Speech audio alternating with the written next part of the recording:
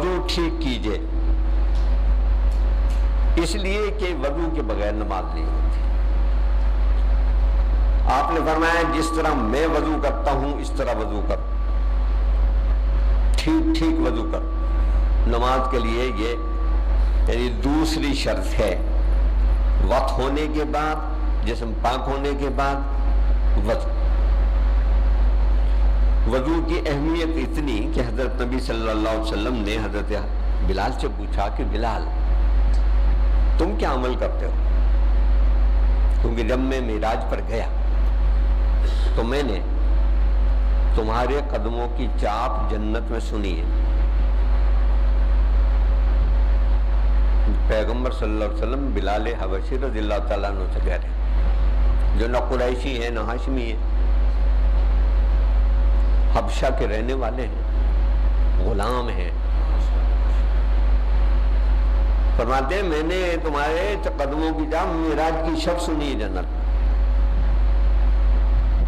اصل کہا میرے ذہن میں تو ایسی کوئی بات نہیں، بس صرف اتنی ہے کہ میں باوضو رہتا ہوں اور جب وضو کرتا ہوں تو اس کے بعد کوئی نماز پڑھتا ہوں، یعنی تحیۃ الوضو کا نماز پڑھ وضو کر کے 2 رکعتیں، یہ بہت ثواب کی بات ہے نفلیں لیکن بہت باعث اجر ہیں، اور وضو سے رہیں گے تو اصل نماز آپ کے لیے آسان ہوگی۔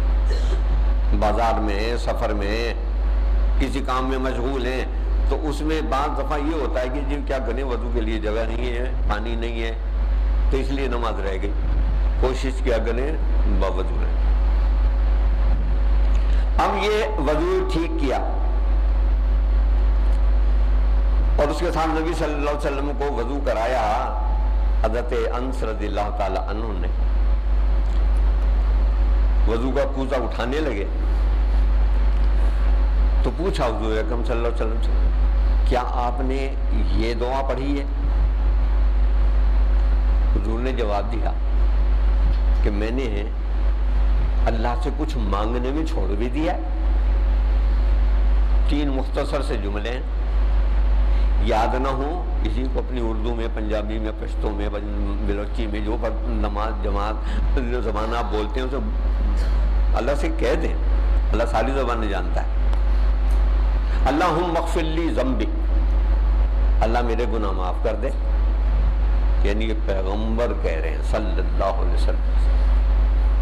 ہم اپنے جن کو بزرگان دین کہتے ہیں سمجھتے ہیں کہ شاید یہ ہر گناہ سے پاک ہے۔ پیغمبر اللہ سے معافی مانگ رہا ہے اپنے گناہوں کی، تو ہماری آپ کی حیثیت کیا ہے؟ اور سب سے پہلے اللہ سے گناہوں کی معافی۔ اللہم اغفر لی ذنبی، اللہ میرے گناہ معاف کر دے۔ ووسع لی فی داری، اور یہ جو مجھے گھر دیا ہے آپ نے اس میں میرے لیے گنجائش پیدا کر دیجیے۔ یہ نہیں کہا مجھے بہت بڑی حویلی دے دے، 2-4 کنال کی کوٹھی دے دے، کوئی محل 2 محلہ دے دے، کوئی 20-25 کمروں کا مکان دے دے، جس میں رہتا ہوں اس میں میرے لیے گنجائش پیدا کر۔ وبارک لی فی رزقی، اور جو رزق آپ نے مجھے دیا ہے اس میں برکت دے دے، یہ نہیں کہا بہت رزق دے دے، بلکہ کہا جو مجھے دیا ہے اس میں میرے لیے برکت پیدا فرما دے۔ میں نے ایک شخص کو دیکھا 22 کمروں کے مکان میں رہتا ہے۔ اچھا، ایک میاں ایک بیوی، دونوں 65-70 سال کی عمر کے، باقی ملازم۔ پوچھ لیا بچے نہیں ہیں؟ کہا جی ہیں، ایک بیٹا ڈاکٹر ہے کینیڈا میں، دوسرا ڈاکٹر ہے میکسیکو میں، تیسری بیٹی ہے ڈاکٹر ہے وہ UK میں۔ تم نے کیا کمایا؟ اس 22 کمروں کے مکان میں رات کو الو بولتے ہیں، اور تمہارا مر جاؤ تو تمہارے منہ میں پانی کا قطرہ ڈالنے والا کوئی نہیں ہے۔ اور اگر آپ کے اس 22 کمروں کے مکان میں آپ کے لیے وسعت نہیں ہے تو وہ جہنم ہے.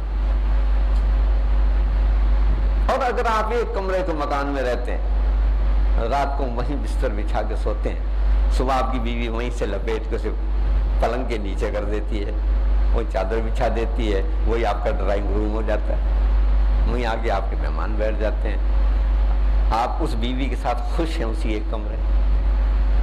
تو یہ جنت ہے کہ نہیں ہے؟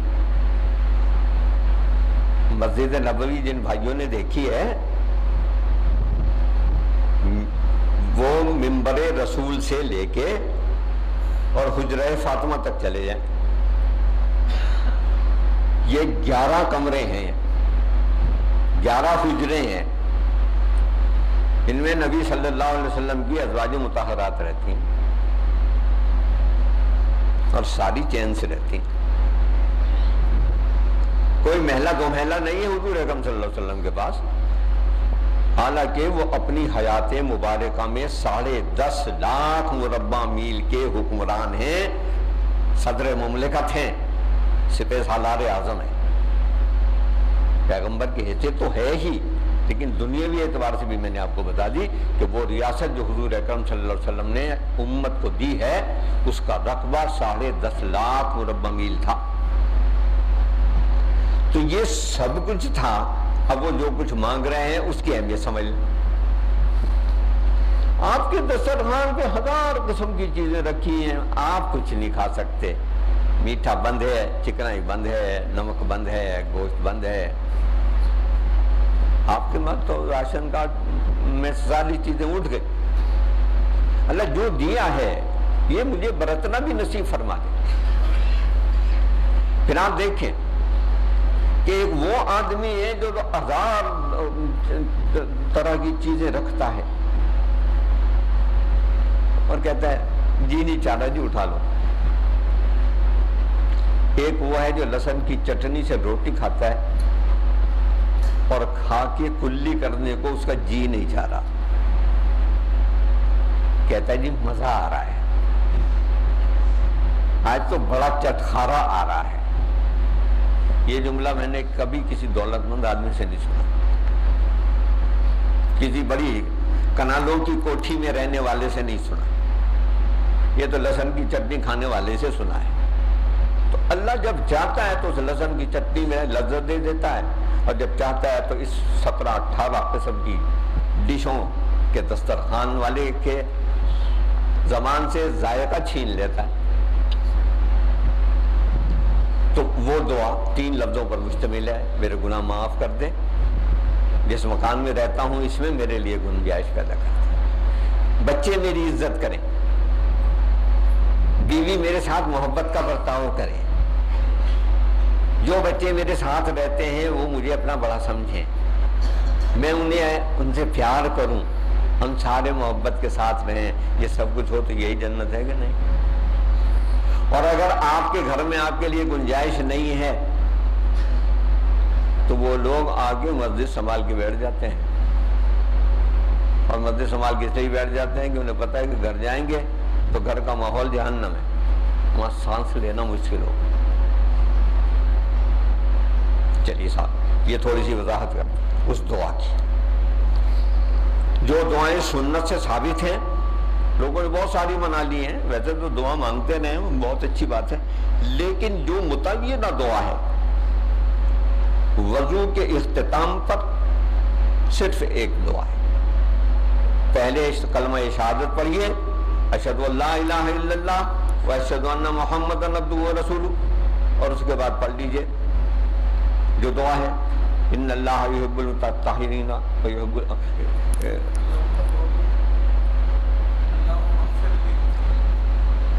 یہ تو اس سے پہلے کی دعا ہے: اشہد ان لا الہ الا اللہ و اشہد ان محمد عبدہ و رسولہ.